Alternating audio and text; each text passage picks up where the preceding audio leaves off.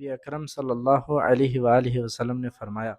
ایک دینار وہ ہے جسے تم اللہ کی راہ میں خرچ کرتے ہو، ایک دینار وہ ہے جس کو تم غلام آزاد کرنے میں خرچ کرتے ہو، ایک دینار وہ ہے جس کو تم مسکین پر صدقہ کرتے ہو،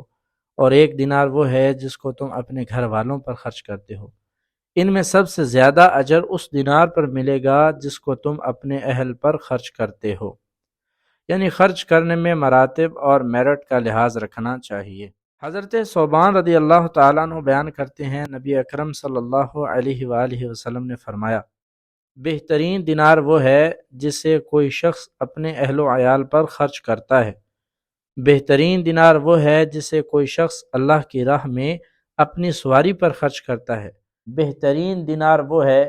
جسے کوئی شخص فی سبیل اللہ اپنے ساتھیوں پر خرچ کرتا ہے۔